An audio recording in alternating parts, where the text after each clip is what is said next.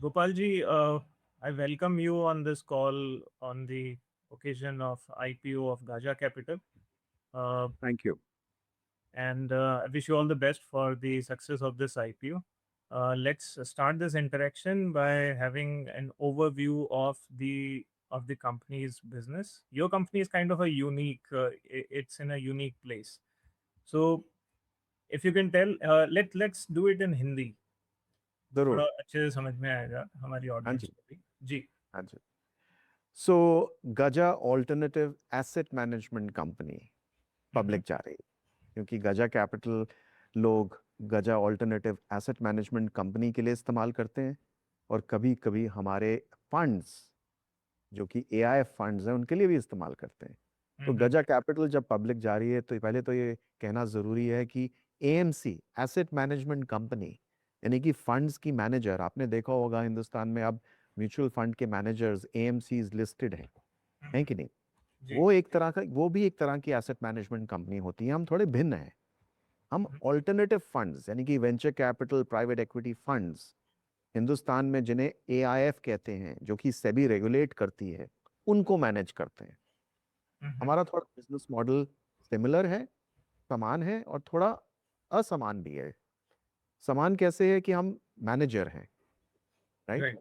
हम directly companies में गजा alternative AMC invest नहीं करती, निवेश नहीं करती। डिफरेंट कैसे है कि एआईएफ्स में अलग अलग ज्यादा इनकम स्ट्रीम्स होती हैं। मैनेजमेंट फी के अलावा परफॉर्मेंस फी भी होती है। परफॉर्मेंस फी ब्रॉडली समझिए नफा का एक, जो जो मुनाफा है उसका एक हिस्सा भी होता है, राइट। राइट। इसे आप कैरी कहते हैं। जिससे कैरी कहते हैं। मैं थोड़ा सा सिंपल लैंग्वेज यूज करना चाहता जी हूँ। जी। जी। ये है तो एक ग्लोबल इंडस्ट्री, ये सारे के सारे जो टर्म्स वगैरह हैं, 60 साल पुरानी इंडस्ट्री है ये अमेरिका में। अब हिंदुस्तान में भी हमें 22 साल हो गए हैं। तो ये इसको सिंपल कहना चाहता था कि एक मुनाफे का अंश, जिसे कैरीड इंटरेस्ट कहते हैं। जी। और तीसरी हमारी इनकम होती है कि हम जो अपने फंड्स में जो अपनी कंट्रीब्यूशन डालते हैं, जिससे कि अपना स्किन इन द गेम, कि भाई आप खुद क्या रिस्क ले रहे हैं, उसके ऊपर भी वृद्धि होती है, राइट। राइट। वो वृद्धि इंडेस के थ्रू, हमारा अकाउंटिंग प्रिंसिपल इंडेस के थ्रू, वो भी हमारी इनकम बन जाती है। तो ये तीन इनकम्स हैं। ब्रॉडली हम एक एसेट मैनेजमेंट कंपनी, आपने सही कहा, शायद यूनिक है। ये इंडस्ट्री बहुत तेजी से बढ़ रही है अनिल जी। एआईएफ्स जो हैं, क्रिसिल की बहुत अच्छी रिपोर्ट है हमारी आरएचपी में, और मैं हर एक को ये इनकरेज करूंगा कि वो रिपोर्ट को पढ़ें। अ, पिछले कुछ सालों से 29% हर साल पे ग्रो कर रही है इंडस्ट्री, और आगे उनका अनुमान ये है कि 26% पे ग्रो करेगी। और मेरा मेरा मानना ये है, I that this is the fastest growing part of the financial services industry. तो इंडस्ट्री कैसे कर रही है, ये भी जानना ज़रूरी है, क्योंकि हम एक तरीके से इंडस्ट्री पे भी प्ले हैं। हम इंडस्ट्री पे प्ले हैं, हम अपनी परफॉर्मेंस, अपने हम कितने अच्छे मैनेजर हैं उस पे प्ले हैं। और तीसरी बहुत इंपॉर्टेंट बात है, ये भी समझना ज़रूरी है कि हमारा स्ट्रक्चर कैसे है। ये सारी की सारी मैनेजमेंट फी, सारी की सारी कैरिड इंटरेस्ट, मुनाफे का अंश, और सारा स्पॉन्सर गेन कहाँ जा रहा है। तो हमारे केस में सारे फंड्स का 100%, 100%, 100% हमारे एएमसी में आ रहा है। ये भी हमारी एक स्ट्रेंथ है, यूनिकनेस है। ओके। जी। अच्छा, आप बाकी जो एएमसीज जैसे आपने मेंशन किया वेरी राइटली, उनसे आप डिफरेंट कैसे हैं? फिलहाल आप लिस्टेड एएमसीज की बात कर रहे हैं। जी जी। दुनिया में आप देखें तो ऑल्टरनेटिव एएमसीज हमारी जैसी कई लिस्टेड हैं। हिंदुस्तान में जो एएमसीज आज लिस्टेड हैं वो म्यूचुअल फंड एएमसीज हैं, राइट। यानी कि वो म्यूचुअल फंड्स मैनेज करते हैं, right. Mutual funds public markets में इन्वेस्ट करते हैं। हम राइट। हिंदुस्तान की स्टार्टअप इकोनॉमी में, हिंदुस्तान की एसएमईज में, छोटे लघु उद्योगों में, जो कि आज हमारे इकोनॉमी का एक इंजन है, सारी ज़्यादातर ग्रोथ जहाँ से आ रही है, सारे स्टार्टअप कल्चर की बात होती है, हम उन कंपनीज में इन्वेस्ट करते हैं जो आज लिस्टेड नहीं होती। लिस्टेड नहीं है। हाँ। और राइट। कहाँ करते हैं, तब नहीं करते जब उन शुरू हो रही होती हैं, हम ग्रोथ स्टेज पे करते हैं। यानी कि हम कहता हूँ, हमारे फंड्स की बात कर रहा हूँ। एएमसी नहीं इन्वेस्ट करती, एएमसी के फंड्स वहां इन्वेस्ट करते हैं। तो एक म्यूचुअल फंड का मैनेजर म्यूचुअल फंड मैनेज करता है, एक ऑल्टरनेटिव एएमसी का मैनेजर ऑल्टरनेटिव यानी एआईएफ फंड्स मैनेज करता है, हिंदुस्तान में, हिंदुस्तान के बाहर। म्यूचुअल फंड्स लिस्टेड कंपनीज में इन्वेस्ट करती हैं, ऑल्टरनेटिव इन्वेस्टमेंट फंड्स हमारे जैसे अनलिस्टेड प्राइवेट उद्योगों में, स्टार्टअप्स में, ग्रोथ स्टेज पे इन्वेस्ट करती हैं। ये फर्क है। और उससे कई और फर्क आते हैं कि बिजनेस मॉडल क्या है। जैसे मैंने बताया कि म्यूचुअल फंड्स में मैनेजमेंट फी होती है, हमारे यहाँ मैनेजमेंट फी और परफॉर्मेंस फी भी होती है, स्पॉन्सर गेन भी होता है, राइट।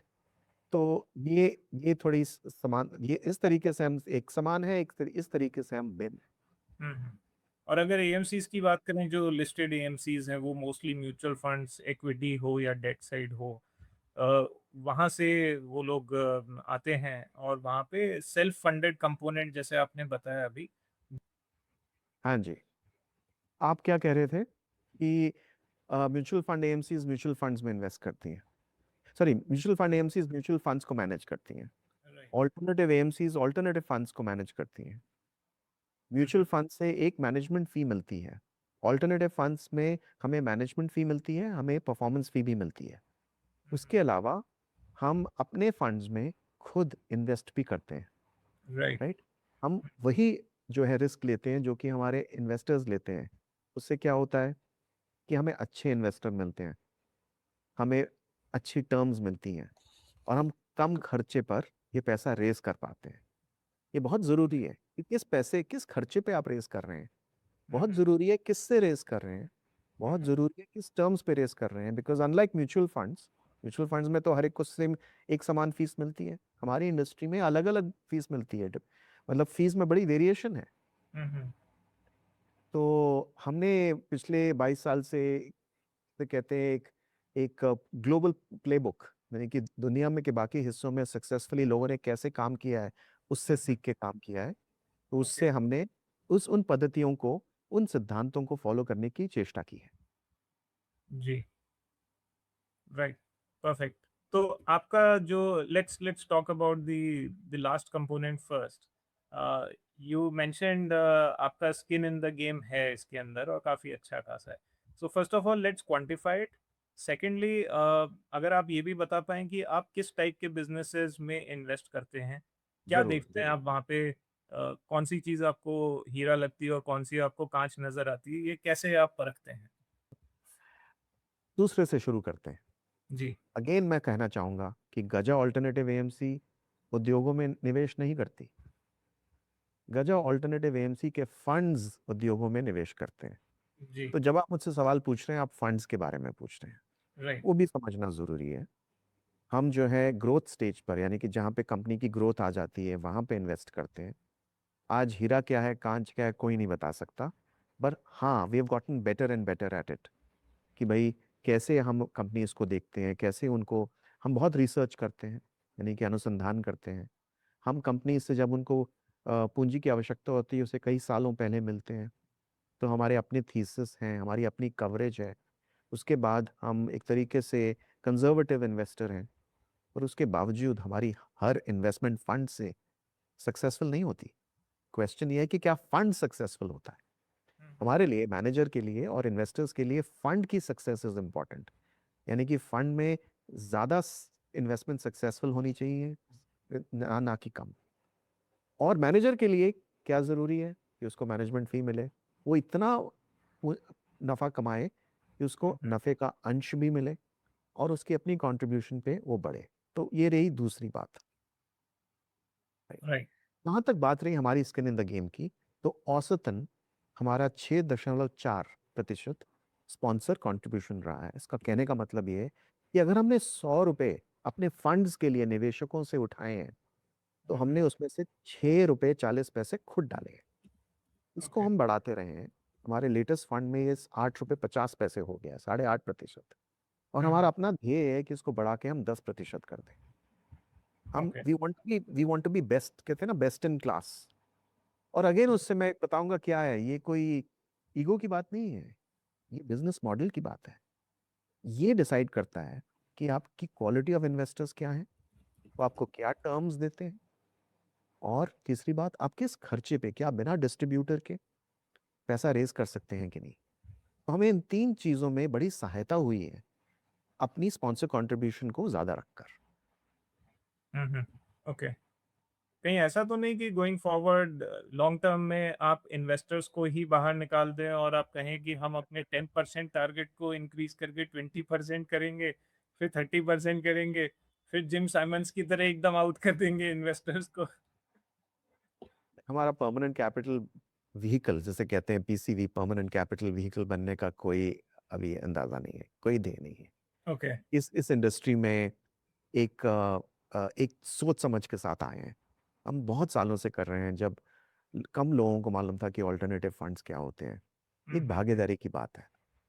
जी। ये भागीदारी हमारे लिए बहुत ही जो है अच्छी रही है इन्वेस्टर्स के साथ। इस भागीदारी को हम बना के रखना चाहते हैं।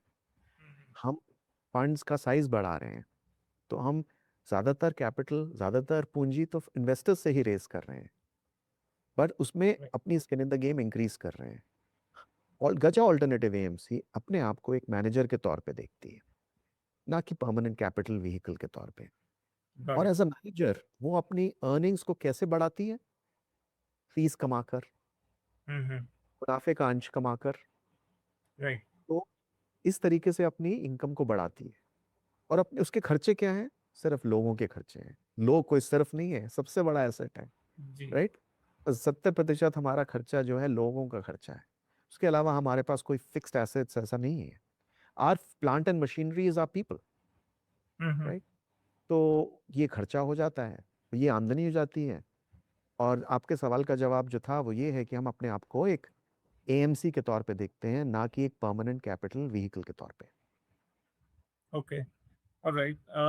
अच्छा, मैं आपके कुछ नंबर्स वगैरह देख रहा था गोपाल जी, और यहाँ पे बड़ा क्लियर एक ट्रेंड नज़र आ रहा है कि पिछले 3 सालों का जो मेरे पास डेटा है, लिमिटेड ही डेटा है, आपकी कंपनी काफ़ी पुरानी है, लेकिन यहाँ पे आपका जो बिजनेस मिक्स है वो काफ़ी तेज़ी से चेंज हुआ है।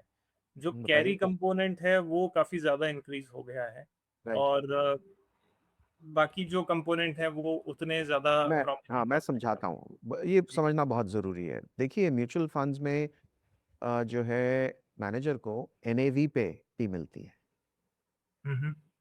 हमारे यहाँ कमिटेड कैपिटल पे मिलती है, ओके। यानी कि हमें एयूएम पे नहीं मिलती।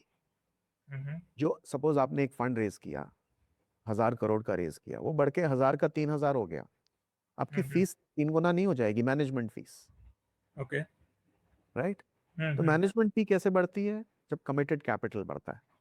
और हम बहुत सोच समझ के कैपिटल, कमिटेड कैपिटल बढ़ाते हैं, हर कुछ साल में ही बढ़ाते हैं।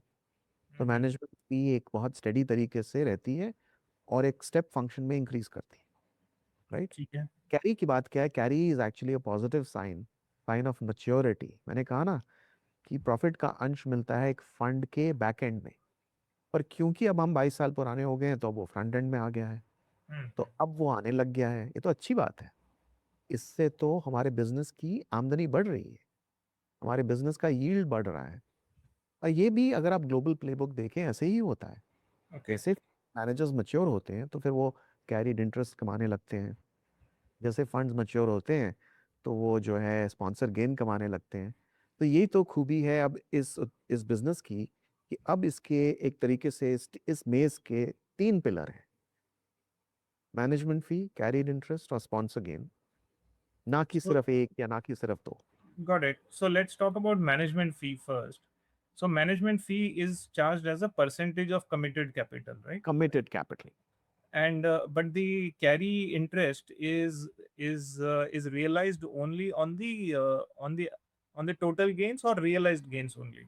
हाँ, बहुत समझना जरूरी है। हमें नफे का अंश मिलता है, पर ऐसे नहीं कि किसी भी कि सपोज एक फंड है, उसमें 10 इन्वेस्टमेंट्स हैं, तो हमें डील बाय डील नहीं मिलता, हमें फंड एज अ होल मिलता है। पहले हमें पूरा का पूरा जो मूल है वो वापस करना पड़ता है, Okay. फिर हमें उसके ऊपर एक मिनिमम प्रॉफिट कमा के देना पड़ता है, जिसे हर्डल कहते हैं। जी। फिर उसके बाद हमें नफे का अंश मिलता है, राइट। लेकिन जो आप प्रॉफिट बुक कर चुके हैं, जहां से आप एग्जिट ले चुके हैं, आपका एएमसी एग्जिट ले चुका है जिस हाँ, इन्वेस्टमेंट जरूरी से। नहीं है कि हमें कम डील, सपोज एक डील हमने करी, वो प्रॉफिटेबली बिकी फंड से, जरूरी नहीं है कि हमें कैरी मिले। हमें ओके। कैरी मिलने के लिए पहले फंड वापस करना पड़ता है, हम्म। फंड पे एक सर्टेन प्रॉफिट मान, यानी कि नफा वापस करना पड़ता है। फिर जाके, and this is the strength, we use the what is called the European waterfall, कि पूरे के पूरे फंड पे हमें कैरिड इंटरेस्ट मिलता है, पर हमें पहले ये दो जो है टेस्ट मीट करने पड़ते हैं, फिर उसके बाद हमारा अपना नफे का अंश जो है कैरिड इंटरेस्ट हमें मिलने लगता है। अक्रूवल पे नहीं, रियलाइजेशन पे मिलता है। पर ओके। पहले हमें पूरा मूल और एक मिनिमम प्रॉफिट जिसे हर्डल कहते हैं वो वापस करना। Right, I got it. जो हर्डल रेट है उसके ऊपर अगर आप परफॉर्म करते हो तो ही आपको वो परफॉर्मेंस मिलता है। फी, सॉरी, और हमें और कैरिड इंटरेस्ट मिलता है। हमने हिस्टोरिकली पूरा कैचअप लिया है। वो अलग से समझाएंगे, इससे डिस्कशन और कॉम्प्लिकेट हो जाएगी, पर हम्म, पूरा कैचअप मिलता है हमको। तो हमने we have not given any discounts and we have charged full catchup, but we have been okay, able to do this hmm, because the funds have performed in a certain way. आप समझ रहे हैं मेरी right. बात? Right And for the this performance fee is charged without any hurdle rate, right? If I'm नहीं not नहीं, wrong. No no no, that is the third part which is sponsor gain. यानी कि Okay. Manager ने fund में अपना पैसा डाला, Mm-hmm. भाई वो तो उसका अपना पैसा है ना, Right, right. वो तो जैसे बढ़ेगा वैसे ही बढ़ेगा, Mm. राइट? घटेगा तो वैसे ही घटेगा, Right. Right? So there you have the equity part kind of thing. एक तरीके से उस पे हमें उस पे हम फीस और कैरीड इंटरेस्ट नहीं देते, क्योंकि हम मैनेजर हैं, वो तो हमें आपका हमारे खुद पास का पैसा है। वो प्रिविलेज है, तो हमें बिना किसी बाकी इन्वेस्टर्स को फी देनी पड़ती है, बाकी हम्म, इन्वेस्टर्स को प्रॉफिट का अंश देना पड़ता है मैनेजर को। पर मैनेजर अपने आप को थोड़ी ना फीस देगा, करेक्ट। मैनेजर अपने आप को थोड़ी ना प्रॉफिट का अंश देगा। तो बिल्कुल। उसको तो पूरा भरपूर अनएडल्ट्रेटेड पूरा मल्टीपल ऑन इन्वेस्टेड कैपिटल मिलता है। Right. तो प्रॉफिट Sponsored के games is clear to me. I'm sorry to interrupt you.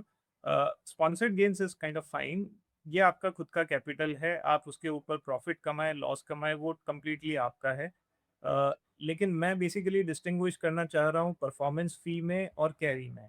Carry हाँ के अंदर आपने परफॉर्मेंस, कहा हर्डल रेट होती है एक, हाँ जी, let's say 9%, 10%, what ever it is. 8% international investors के लिए ओके, वो डॉलर में डालते हैं, और 10% रुपी इन्वेस्टर्स। ठीक है। सो 10% ही लेते हैं, मैं तो इंडिया में ही बैठा हूँ अभी, तो लेट्स टॉक अबाउट इंडिया। 10% के ऊपर जो भी आप कमा के देंगे, जो रियलाइज्ड होगा मैं बार उसका। बार कह रहा हूँ कि कहीं ऐसा ना हो कि हम निवेशकों को कंफ्यूज कर दें। जी, आप फंड्स की बात कर रहे हैं, मैं एएमसी की फंड्स बात की नहीं बात कर कर रहे रहा हैं। हूँ। जी जी जी। एएमसी में जो निवेशक आते हैं उनके लिए कोई हर्डल नहीं है। जी जी, मैं आपके फंड्स की बात कर रहा हूँ, जैसे हाँ, मैं यहाँ पे। अब आप बात कर रहे हैं कि सपोज आप एक निवेशक हैं हमारे फंड में, हम्म। तो आप हमें क्या देंगे एज अ मैनेजर? ठीक है, ऐसे बात करते हैं। ओके। आप हमें एक मैनेजमेंट फी देंगे ऑन कमिटेड कैपिटल, फिर आप बोलेंगे कि अच्छा, अगर गजा एएमसी अगर आप इतना नफा कमा लें तो मैं अपने नफे का एक अंश आपको दूंगा। राइट पर राइट। पहले इतना नफा आपको मुझे पूरा कमा के देना पड़ेगा। Correct correct. और क्या होता है, ये नफा कमाने में समय लगता है। That is right. Why we have waited for a business to mature, कि भाई बिजनेस के प्रॉफिट का अंश कमाना शुरू करे, जिससे कि हमारी आमदनी बढ़े और स्टेबल हो जाए और बड़ी हो जाए, और फिर हम जो है एएमसी के लेवल पर पब्लिक से भागीदारी करें। Got it got it. Right. So and coming back to the same question, आपकी जो कैरी कंपोनेंट है आपका रेवेन्यूज के अंदर, हाँ वो जी। ड्रास्टिकली इंक्रीज हो गया है ऑलरेडी। गोइंग फॉरवर्ड क्या इसकी ट्रेजेक्टरी रह सकती है? I understand now that it is coming from realised gains, yes that yes, the AMC, the right, funds have booked, exited, investors को पैसा दे दिया है, उसके ऊपर आपने हर्डल रेट भी कमा के दे दी, और उसके ऊपर जो बिल्कुल। बचा है वो वो पैसा, उसका एक अंश आपके पास आया है, और उसी वजह से वो आपके रेवेन्यूज के अंदर एक प्रोमिनेंट परसेंटेज के तौर पे नजर आ रहा है। तो मैं मेरा ये अपना जो कंपोनेंट है इसकी ट्रेजेक्टरी समझना चाहता हूँ। तो हमें केयरफुली इस सवाल का जवाब देना चाहिए, because it's very important to guide investors properly, जी। But not to raise expectations unreasonably. Correct? Hmm, hmm, तो कहना जरूरी है कि देखिए, अभी हम एक परिपक्व बिजनेस है, मैच्योर बिजनेस है, कई फंड से हमें इकोनॉमिक्स आ रही है, और हमने अपने आप को पिछले कई सालों से तोला है। तो हमारा मानना ये है कि हमारा कैरीड इंटरेस्ट, हमारा sponsor gain has become increasingly predictable. ये कहना गलत होगा, अतिशयोक्ति होगी और उचित नहीं होगा अगर मैं बोलूं कि नहीं नहीं, जैसे हमने पहले कमाया आगे भी कमाएंगे। ये गलत है हम्म, कहना। मेरा अपना जो है कॉन्फिडेंस हो सकता है कि भाई हाँ yes we will, but I can not make a statement like that, जी जी राइट? इट वुड बिल्कुल। Not be right. I very think true. What is the right thing to say is to say कि देखिए हमारे पिछले साल की कैसी परफॉर्मेंस रही है, अब देखिए हमारे फंड्स जो हैं वो किस स्टेज पर हैं, और खुद आप एक रीजनेबल अनुमान लगाइए कि क्या आगे भी हमारी जो इनकम इसी तरीके से बढ़ेगी। मैं सिर्फ ये कह सकता हूँ कि हमने समय लिया है, हमने अपने लिए वही मापदंड इस्तेमाल किए हैं जो कि हम अपनी कंपनियों के लिए करते हैं जब वो पब्लिक जाना चाहती हैं। हमारे बोर्ड ने हमें यही सिखाया है कि पहले अपने आप को देखो, देखो कि क्या आप आईपीओ के लिए रेडी हो, कि आपके प्रॉफिट्स मॉडलेबल हैं, प्रिडिक्टेबल हैं। उसके बाद भी कोई फ्यूचर की गारंटी नहीं है, पर ये जो हम तैयारी कर सकते हैं हमने की है। जी। ओके। ऑलराइट। सो एक चीज़ यहाँ पे जस्ट कंफर्म करना चाहूँगा, आपकी जो बिजनेस परफॉर्मेंस अभी तक रही है उसके अंदर अनरियलाइज्ड का कोई रोल नहीं है। नहीं नहीं, कोई रोल कुछ नहीं भी है। राइट ऑफ नहीं होने वाला है कि ये पहले था लेकिन हमने उसमें लॉस बुक कर लिया और उस वजह से हमारा ये बिजनेस ये परफॉर्मेंस फी रोल बैक करनी पड़ेगी, ऐसा कोई एक्सेप्ट सीन नहीं है। Except for sponsor gain. Sponsor sponsor, gain, yes. हाँ अच्छा। स्पॉन्सर गेन इन डेज में हम्म। the balance sheet, the P&L has to take into account the real value of the asset. Okay. So, say we have an asset which is an investment in a fund. We have no choice but to reflect its real value. Right. So, theoretically, the value can go up or down. Correct. Given our 22 years of performance, आप अनुमान लगाइए कि नीचे जाने की कितनी संभावना है, ऊपर जाने की कितनी संभावना है। बट थियोरेटिकली जहां तक बात की जाए वो ऊपर नीचे हो सकती है। राइट। यानी कि एक एसेट जिसकी वैल्यू है वो रूल्स, अरे मार्केट्स में बिल्कुल हो एसेट्स सकती है। तो ऊपर नीचे जा सकती है ना। जी जी जी, इनफैक्ट इसी से जुड़ा हुआ फिर एक और क्वेश्चन आपने बड़ा सही बताया, ये चीज़ बहुत अच्छी पकड़ी आपने सर, कि आपका जो इक्विटी पार्ट है, आपका जो स्पॉन्सर्ड गेन्स है वो ऊपर नीचे हो सकते हैं। तो अभी आपने एक पर्टिकुलर वैल्यू ली है, ये हाँ जी। फेयर वैल्यू है, ये उसकी एक्चुअल वैल्यू है, ये कैसे डिसाइड किया है आपने? ये देखिए एआईएफ जो है ना इंडिया में एक रेगुलेटेड इंडस्ट्री है। बहुत अच्छी बात है ये रेगुलेटेड इंडस्ट्री, यानी कि मैनेजर्स का आचरण जो है वो रेगुलेटर डिसाइड करता है। ये नहीं कि हमारे मन में जो भी आए हम कर लें, जी। राइट? प्रिंसिपल्स होते हैं, ऑडिटर्स इन्वॉल्व होते हैं, गाइडलाइंस होती हैं, और उसके अलावा एक मैनेजर की अपनी पद्धति होती है, उसकी अपनी सोच विचार होती है। हम अपने आप को कंजर्वेटिव समझते हैं। कुछ हमारे रूल्स हैं, कुछ हमारे पास ऑप्शंस हैं। रूल्स हमें सारे फॉलो करने पड़ते हैं, राइट? कोई चॉइस ही नहीं है, राइट? जी। तो ये इंडस्ट्री एक रेगुलेटेड इंडस्ट्री है। एक फंड अपने एसेट्स को कैसे वैल्यू करे, इसके बारे में रेगुलेटर का एक एक सोचने ने मैनेजर्स को बताया है कैसे सोचें। हम उसी पद्धति को फॉलो करते हैं। एक फंड का वैल्यूअर होता है, एक फंड का ऑडिटर होता है, फिर एक एएमसी का ऑडिटर होता है। 3 लेवल्स पे चेक्स होते हैं। हर एक अपना दिमाग लगाता है, और एक मैनेजर का दिमाग है, और एक रेगुलेटर का दिमाग है। ये नहीं कि आपके फंड की ये वैल्यू है, और ये आपने पद्धति फॉलो करनी है। तो ये सब मिला के जो मेच्योर मैनेजर्स हैं, सक्सेसफुल मैनेजर्स हैं, वो ऐसे इस तरीके से अपनी वैल्यूएशन निकालते हैं, फंड की वैल्यूएशन। और जैसे हमने जी कहा ये क्यों इम्पोर्टेंट है, क्योंकि अगर आपने फंड में अपना पैसा डाला हुआ है तो ज़रूरी है ना कि आप इस तरीके से आप रिपोर्ट करें कि कहीं कम को ज़्यादा ना दिखाएं और ज़्यादा को कम नहीं। जी जी जी। तो गोपाल जी, एक्चुअली मैं इसमें ये समझना चाह रहा था कि एक मोटा-मोटा अगर आप एक तरीके से समझा सकें इन्वेस्टर्स को कि, hmm. And this is more of an academic question also, sure. How do you value the unrealised profits और the investments which are in unlisted space, क्योंकि उनका मार्केट तो है नहीं। तो एक मोटा-मोटा अगर आप कुछ ऐसे बता सकें कि लास्ट फंडिंग राउंड होता है, हम उसको कंसिडर करते हैं। अच्छा अच्छा। अगेन आप सारे आपके सवाल ज़्यादा ना फंड पे हैं। अनिल जी, जी, मैं पहले आपको चेतावनी चेतावनी देना चाहता हूँ ऐसे आप दोस्त, बहुत चेतावनी दे रहे हैं सर।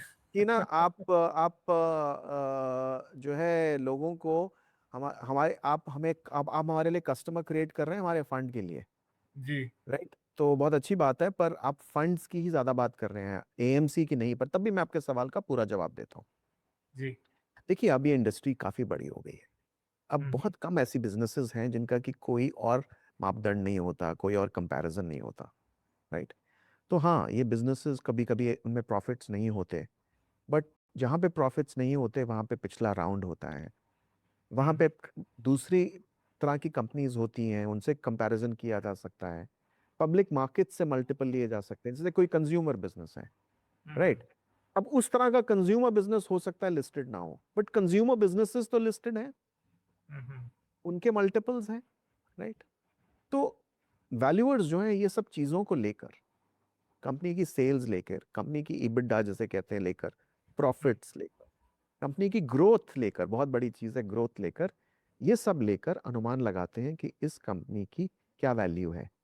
किसकी बात कर रहे हैं हम? फंड के इन्वेस्टमेंट की वैल्यू कर रहे हैं, एएमसी की बात नहीं कर रहे हैं, जी जी। फंड के इन्वेस्टमेंट की बात कर रहे हैं। और ये it's all guided by the principles prescribed, guided by the regulator, by the auditors, by the valuers. Got it. ठीक है। काफी मैंने आपसे फंड के लेवल पे सवाल पूछ रहे फंड हैं। लेवल पे काफी चीजें पूछ ली हैं, और I am sorry for this, क्योंकि Not ये at all, प्रोसेस not के at all. अंदर इतना भी है। I appreciate your curiosity. And देखिए AIFs तो अभी all said and done, देखिए ना म्यूचुअल फंड से कंपेयर करें तो पहले तो AIFs वहाँ हैं जहाँ म्यूचुअल फंड 10 साल पहले थे, राइट। राइट। दूसरा AIFs हर एक तो इन्वेस्ट नहीं कर सकता, राइट। कुछ इंस्टीट्यूशनल इन्वेस्टर हैं जिनको परमिशन ही नहीं है, जैसे आज EPF AIF में इन्वेस्ट नहीं कर सकता, राइट। रिटेल इन्वेस्टर्स हैं, ज्यादातर इन्वेस्ट नहीं कर सकते, राइट। टिकट मिनिमम एक size. Crore minimum 1 crore invest करना पड़ता है, या अक्रेडिटेड इन्वेस्टर बनना पड़ता है। तो बहुत कम लोगों को जानकारी है कि AIFs कैसे चलते हैं। आपने जो सवाल पूछे हैं उसकी वैल्यू है, राइट। जी। अब इसी चीज को देखते हुए लिस्टेड ऑल्टरनेटिव्स की एक जरूरत आ जाती है दुनिया में हर जगह, क्योंकि फंड्स में हर एक इन्वेस्ट नहीं कर सकता, ना हर इंस्टीट्यूशनल इन्वेस्टर, ना हर निजी निवेशक, रिटेल इन्वेस्टर।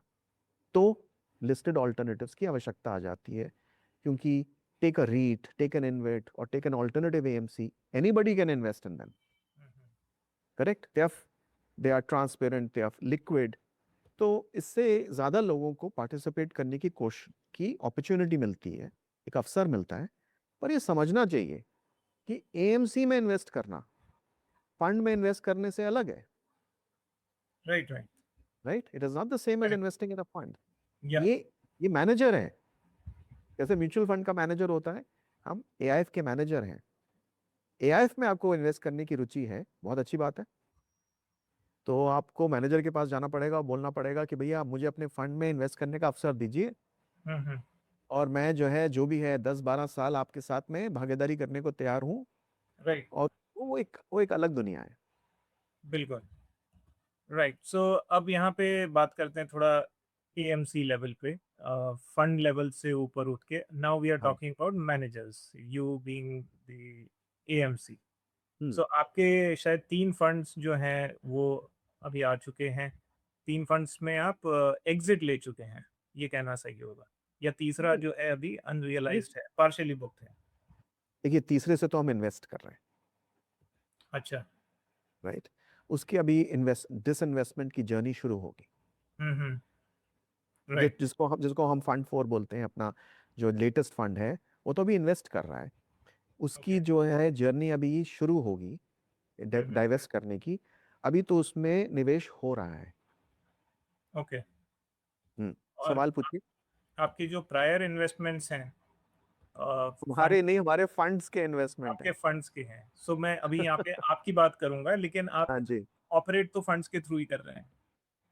नहीं, मैनेजर का काम, देखिए फंड्स का काम है उद्योगों में इन्वेस्ट करना, मैनेजर का काम है फंड्स को रेज करना, फंड्स को इन्वेस्ट करना, फंड्स को डिसइन्वेस्ट करना, राइट। राइट। तो यस, फिलहाल गजा कैपिटल एएमसी क्या कर रही है? गजा कैपिटल एएमसी 2 नए फंड रेज करेगी अभी। गजा राइट। कैपिटल एएमसी फंड 4 से नई इन्वेस्टमेंट्स कर रही है। गजा कैपिटल एएमसी फंड 4 की कंपनीज को बढ़ाने की कोशिश कर रही है, उनमें करेक्ट। ग्रोथ की कोशिश कर, फंड 3 के इन्वेस्टमेंट्स को रियलाइज कर रही है। और फंड 2 का काम ज्यादातर खत्म हो गया है। फंड 2 पे आपका आपके रिटर्न्स कैसे रहे सर? हाँ, तो ये हमारे DRHP में है। आई थिंक मैं थोड़ा सोच से बोल रहा हूँ, और डीआरएच आरएचपी में हर एक को पढ़ना चाहिए। आप देखेंगे कि फंड 2 में हमारे करीबन 18% आईआरआर रहा है। जी। और आई थिंक अगेन मैं इस फंड्स पे नहीं जाना चाहता हूँ। हम्म, फंड 3 और फंड 4 फर्स्ट क्वार्टाइल में रहे हैं। मैनेजर के ये मैनेजर की अपनी परफॉर्मेंस का एक चिन्ह है। बट हाँ, वापस अगर मैनेजर पे आए तो मैनेजर जो है इन फंड्स को चला रहा है और नए फंड्स को रेज करने की तैयारी कर रहा है। देखिए मैं बार बार इस वजह से इस पे आ रहा हूँ क्योंकि as an investor Gaja Capital की अगर हम बात करें तो आप लोगों के इंटरेस्ट आपके और हमारे भी इंटरेस्ट एज एन इन्वेस्टर, हमारे इंटरेस्ट जो है आपकी कंपनी के परफॉर्मेंस से डायरेक्टली लिंक्ड है। आपकी कंपनी की परफॉर्मेंस आपके जो फंड्स हैं उनकी परफॉर्मेंस से ऑलमोस्ट डायरेक्टली लिंक्ड है। सो तो हमारे लिए ये मैं बड़ा जरूरी होता है हाँ समझना। और मेरा कि क्वेश्चन नहीं, जो है आपकी यहाँ पे। आपकी आपकी सोच सही है। आपकी सोच सही है कि गजा ऑल्टरनेटिव एएमसी के दो तरीके की आमदनी है। एक वो आमदनी है जिसका कि परफॉर्मेंस से कुछ लेना देना नहीं है, वो है मैनेजमेंट फी। हम्म। जो परफॉर्मेंस फी की बात है, जो कि हमारे केस में 50% से ज्यादा हो सकती है, उसका लेना देना फंड्स की परफॉर्मेंस से है। हम्म। और उसमें ये बात देखिए आप कि क्योंकि हम एक पुरानी 20 साल से ज़्यादा की कंपनी है, तो हमारा बहुत हिस्टोरिकल डेटा है कि भाई हमारे फंड्स ने पहले कैसे किया है, राइट। तो उससे आप अनुमान लगा सकते हैं कि भाई आगे हमारी परफॉर्मेंस फी कैसी रहेगी। राइट। और वहीं थोड़ा सा कंसर्न आता है कि आपकी जो परफॉर्मेंस फी है वो which is directly link to the committed capital वो कम तो होती जा रही है। परफॉर्मेंस और फी नहीं नहीं, मैनेजमेंट फी की बात कर रहे हैं। Sorry sorry management fee management. Management fee yes. Management fee कम नहीं होती जा रही। As a a, percentage. नहीं नहीं, FY 24 में एक कैचअप था, उस पर बाद में आएंगे। बट हाँ, now you said the right thing कि जैसे जैसे एक ऑल्टरनेटिव एएमसी मच्योर होती है, वो परफॉर्मेंस फी कमाने लग जाती है, ठीक है। तो हम्म। परफॉर्मेंस फी की परसेंटेज बढ़ती है। इसका मतलब ये राइट। नहीं है कि बिल्कुल जमीन आसमान बदल जाता है, बट उसका परसेंटेज बढ़ता है। तो अगर हम 100 रुपए कमा रहे हैं, उसमें से 50 से ज्यादा प्रतिशत अब परफॉर्मेंस फी के तौर पे आ रहा है, ये बात सही है। और मैनेजमेंट फी की जहां तक बात है, उसका परफॉर्मेंस नहीं है, उसका सिर्फ कमिटेड कैपिटल से लेना देना है। हम्म। आपके जो जो अभी तक आपने बेसिकली रिटर्न्स अभी तक निकाले हैं जो रियलाइज किए हैं। देखिए अनिल जी, हम लोग ना बात को एक सिंपल तरीके से देखें। गजा ऑल्टरनेटिव एएमसी प्रॉफिट्स जनरेट करती है। उसका नेट प्रॉफिट मार्च 26 का 82 करोड़ है। जी जो भी हमारे साथ भागीदारी कर रहा है, इस प्रॉफिट्स में भागीदारी कर रहा है, सर। करेक्ट। मेरी बात सुनिए। हम्म। और पिछले साल हमारे प्रॉफिट्स थे 62 करोड़। उससे पहले थे हमारे profits 45 crore, right. So it is very important that we guide investors कि you are buying into the earnings per share of the management company, the profits of the management company, the net worth of the management company, right? The next question is what is the future and predictability of these profits? So, but then my question is about the quality of this earning, that the track record that you are showing. I'm talking about the Yes. composition of the earnings. So it's not a quality, it's a composition question. The The quality of composition is earnings. also linked with quality, no? So when, how do you see, बताइए आप सवाल पूछिए। I mean, so my question is about composition. Let's take it forward like this. About the hmm composition of the hmm business. Yeah. जैसे मैंने बताया कि अब हम परफॉर्मेंस फी भी अर्न करने लग गए हैं, तो Mm-hmm. अब हमारी टॉप लाइन, प्रॉफिट नहीं, टॉप लाइन में एक परफॉर्मेंस फी भी आ गई है। एक अच्छी बात है मेरे ख्याल से। It shows the maturity of a business. Mm-hmm. अगर आप ग्लोबल प्लेबुक देखें तो ऐसे ही होता है। अगर आप ग्लोबल प्लेबुक देखें तो आप देखेंगे कि जैसे फर्म्स मैच्योर होती हैं, the performance fee becomes quite stable and predictable, right. Understandable, sir. और हमारे भी इस केस में अगर आप हिस्टोरिकली देखें तो आप देखेंगे कि हमारे प्रॉफिट्स जो हैं वो कंसिस्टेंटली बढ़े हैं। और हमारा मानना ये है कि मॉडलेबल एंड प्रिडिक्टेबल है। Mm-hmm. अच्छा आप okay, let's skip this question. So, की पर्सन रिस्क की बात करते हैं हाँ आपने जी। जैसे बताया कि आप 3 लोग हैं इसमें और तीनों की कंबाइंड विजन से ये कंपनी स्टार्ट हुई है।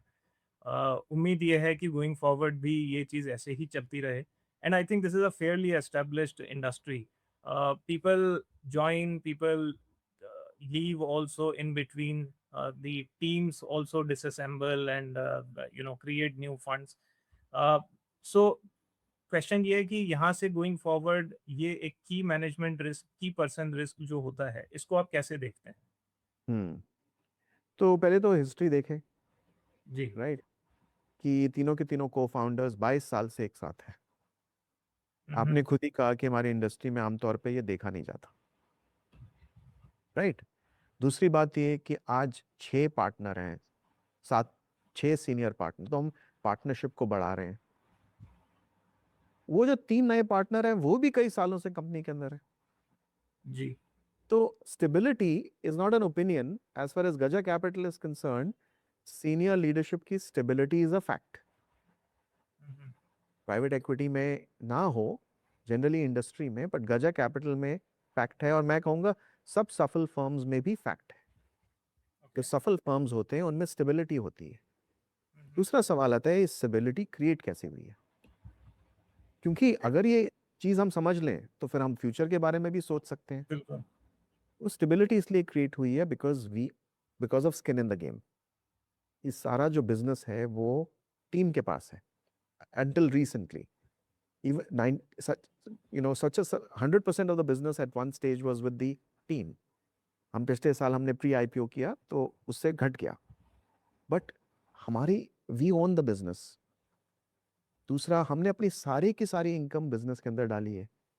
We been very conservative about dividends. तो एक तरीके से skin in the game is the first part, alignment. दूसरा, कोहिजन।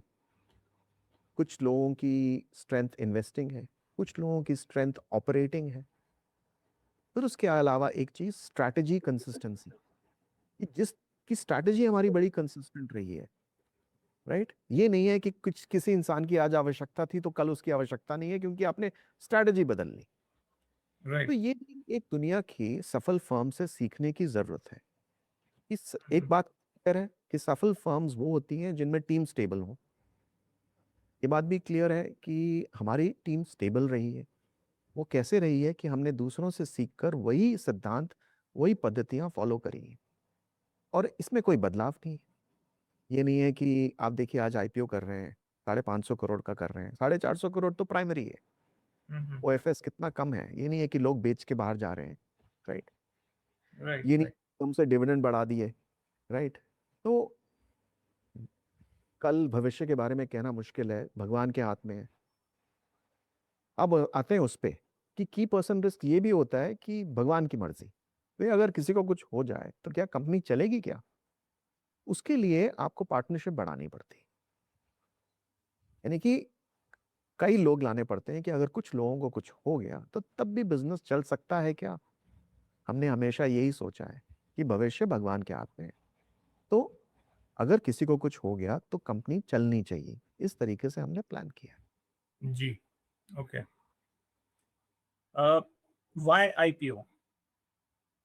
अच्छा, इसके दो तरीके हैं सोचने के। एक तो इंस्टीट्यूशनलाइजेशन। हम्म। अगेन, अगर ग्लोबल प्लेबुक देखें तो institutionalisation is the future of the industry.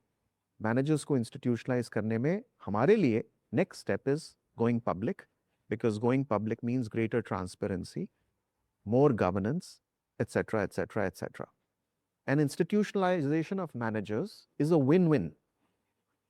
इससे हमारी इन्वेस्टर बेस बढ़ेगी, क्योंकि आज के दिन हमारा जो मैनेजर है वो एक ओपेक है, कल ट्रांसपेरेंट हो जाएगा। ग्लोबल प्लेबुक देखें तो institutionalisation is a very valuable objective to follow, and for us it's a win win. दूसरा, हिंदुस्तान को ऑल्टरनेटिव्स की आवश्यकता है। ऑल्टरनेटिव्स को लोगों की पूंजी की आवश्यकता है, पर ना हर इंस्टीट्यूशन, ना हर रिटेल इन्वेस्टर ऑल्टरनेटिव्स में इन्वेस्ट कर सकता है। तो ये कैसे, ये गुत्थी जो है सॉल्व की जाए? यहाँ पे लिस्टेड ऑल्टरनेटिव्स का एक रोल आता है, दुनिया भर में आया है। वो इंस्टीट्यूशंस जो कि ऑल्टरनेटिव्स में इन्वेस्ट नहीं कर सकते, वो रिटेल इन्वेस्टर जो ऑल्टरनेटिव्स में इन्वेस्ट नहीं कर सकते, वो लिस्टेड ऑल्टरनेटिव्स के थ्रू, रीट्स, इनविट्स, ऑल्टरनेटिव एएमसीज के थ्रू ऑल्टरनेटिव्स में इन्वेस्ट कर सकते हैं। तो हिंदुस्तान को ऑल्टरनेटिव्स की क्यों जरूरत है? तभी तो देश आगे बढ़ेगा, तभी तो स्टार्टअप्स को कैपिटल मिलेगा, तभी तो लघु उद्योगों को कैपिटल मिलेगा। ऑल्टरनेटिव्स आके कैसे बढ़ेगा? अगर देश की बचत उसमें आएगी। पर देश की बचत के आने में कुछ दिक्कतें हैं। कुछ इंस्टीट्यूशंस इन्वेस्ट नहीं कर सकते, ज्यादातर रिटेल इन्वेस्टर्स इन्वेस्ट नहीं कर सकते। तो ये listed alternatives is a proven playbook in the world. In India also listed alternatives will play a certain very important role. तो ये दो तरीके हैं देखने की कि क्यों हम पब्लिक जाना चाहते हैं। Institutionalization and increasing access and mainstreaming the India. Okay. अच्छा, आपके जो ऑब्जेक्टिव हैं, आपका जो मोटा पैसा आप रेज कर रहे हैं फ्रेश हाँ जी, से, वो इसमें जाएगा स्पॉन्सर कमिटमेंट्स में, आपने जैसे बस मेंशन हाँ। किया है। आप देखिए और हमारे आज के दिन, आज हमारी बैलेंस शीट देख लें, हमारी बैलेंस शीट आज भी तो है। हमारे हम्म। पास 600 करोड़ की नेटवर्थ है आज। हम अ, 450 करोड़ और रेस कर रहे हैं। जी, लेकिन तो वो इसमें ये भी लिखा हुआ है साथ में कि this investment will go towards the companies sponsor commitments to certain existing funds, new funds and for repayment of bridge loan amount. So बिल्कुल सही।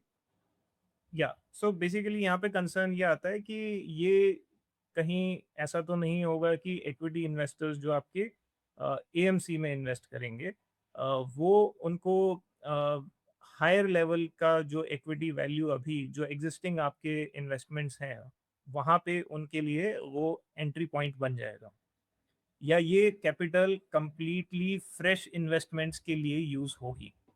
हम्म देखिए, हमारे कुछ एग्जिस्टिंग फंड्स हैं, हम उनमें ऑलरेडी इन्वेस्ट कर रहे हैं। जी। ठीक है ना?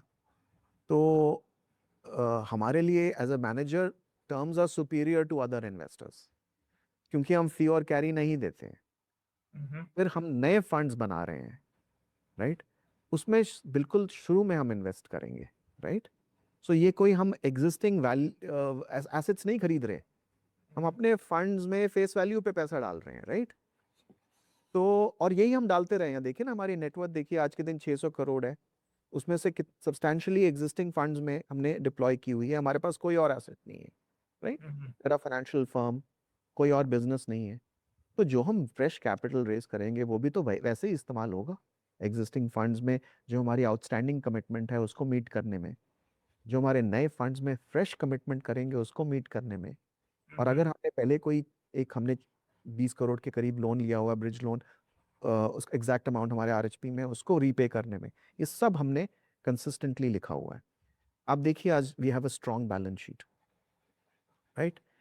We are already pursuing our business for 22 years with our own resources, and there is no novelty in the way the capital is being deployed.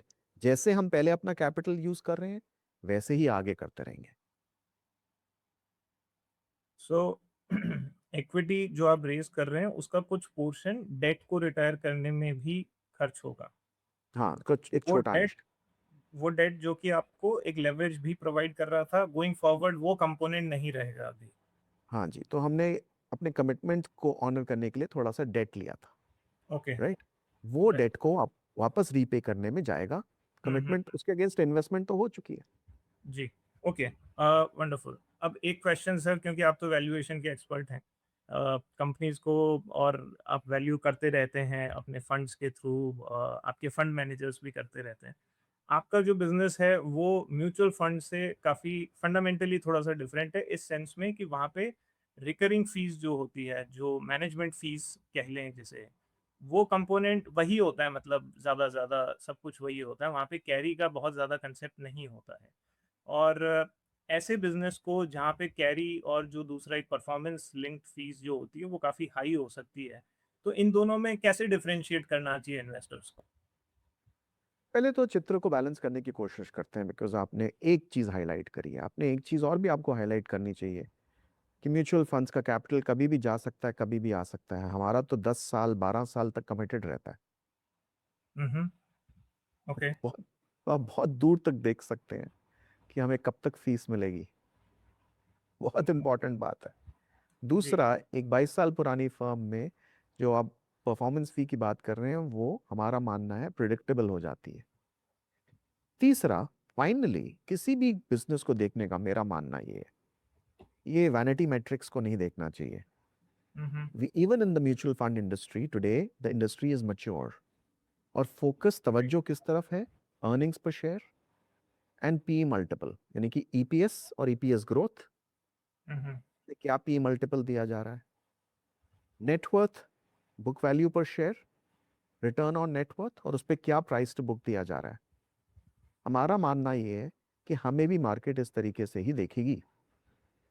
लोगों के मन में अगर कोई भी आशंका है कि भाई हमारी अर्निंग्स क्या वोलेटाइल रहेगी, कुछ समय के बाद लोग अपना निर्णय खुद ही ले लेंगे कि हाँ जी, हम भी देखते हैं कि इनकी अर्निंग्स कैसी है, ऊपर नीचे जा रही है कि प्रिडिक्टेबल.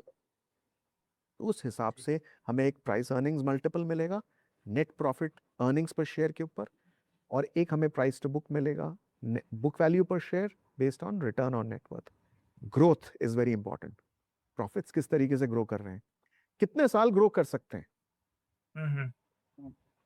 अगेन भविष्य के बारे में नहीं कहना चाहिए, बट क्रिसिल कह रही है कि अगले 4-5 साल ये इंडस्ट्री जो है 26% ग्रो करेगी. मैं खुद कह रहा हूँ ये इंडस्ट्री 10 साल पीछे है म्यूचुअल फंड से. जनरली लोगों का मानना है कि इंडस्ट्री बहुत साल ग्रो कर सकती है. हमारे सामने एक अपॉर्चुनिटी अवसर है कि हम इंडस्ट्री की ग्रोथ रेट पे कम से कम ग्रो करें. इंडस्ट्री 26% पे ग्रो करने वाली है. तो ये सब चीजें देख कर लोग निर्णय लेंगे कि हमारी अर्निंग्स पे क्या मल्टीपल होना चाहिए, हमारी बुक वैल्यू पे क्या मल्टीपल होना चाहिए. अब अच्छी बात यह है कि हिंदुस्तान में एसेट मैनेजमेंट कंपनीज हैं, उनकी ईपीएस ग्रोथ, उनकी ईपीएस मल्टीपल, उनकी बुक वैल्यू, उनकी रिटर्न ऑन नेटवर्थ वगैरह सब है. लोग अपना अनुमान लगा सकते हैं.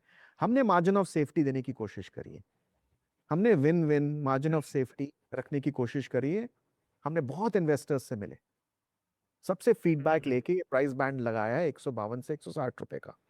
पिछले साल 144 रुपए में प्री आईपीओ किया था, तब से हमारे प्रॉफिट 33% बढ़े हैं. और आईपीओ का है 144 में प्री आईपीओ किया था, 152 से 160 में हम आईपीओ कर रहे हैं.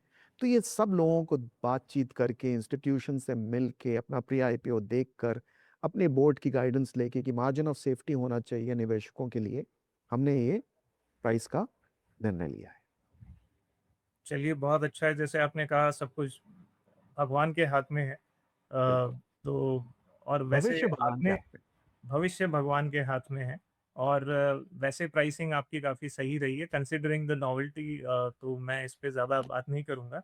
बस एक एकेडमिक पॉइंट ऑफ व्यू से ये समझना थोड़ा इम्पोर्टेंट हो जाता है कि how should we differentiate, and as investors how should we differentiate between these kind of businesses which are बिल्कुल. Kind of similar but not so similar also. इसके लिए भाई साहब बहुत डेटा आपको मिल जाएगा. मैं I don't want to cross the line, right. हमें आरएचपी तक डिस्कशन रखनी चाहिए. आरएचपी में हमने ज़्यादा ग्लोबल पैरामीटर्स लिए नहीं है, पर आज के दिन लोगों के पास अपने फ़ोन के ऊपर दुनिया भर का डेटा अवेलेबल है. और मैं निवेशकों से ये आग्रह करूंगा कि वो देखें कि हमारी जैसी कंपनीज ने बाकी देशों में कैसे किया है. तो ये जो है उससे उनको अनुमान मिलेगा कि देखिए ये इंडस्ट्री कितना बढ़ सकती है, ये मॉडल में कितना दम है, ये कैसे रिटर्न्स देती है. पर इतना ज़रूर है कि हमारा मानना फैक्ट्स के बेसिस पे ये है कि ये इंडस्ट्री आज अच्छी ग्रो कर रही है. उसमें हमने 22 साल में अपना एक अस्तित्व बनाया है. उस अस्तित्व और अपने मॉडल के बेसिस पे आज एक प्रॉफिट्स हैं. वो प्रॉफिट्स में एक सर्टन मैच्योरिटी है. हम मार्जिन ऑफ सेफ्टी के साथ निवेशकों के साथ इंस्टीट्यूशनल और रिटेल भागीदारी करना चाहते हैं. Perfect, perfect. All right, Gopalji, I'm through with my set of questions. Thanks a lot for educating me, and I wish you all the best for the success of the IPO. मुझे आपके सवालों से भी सोचने का बहुत मौका मिला. Thank you so much. Okay, sir. Thank you.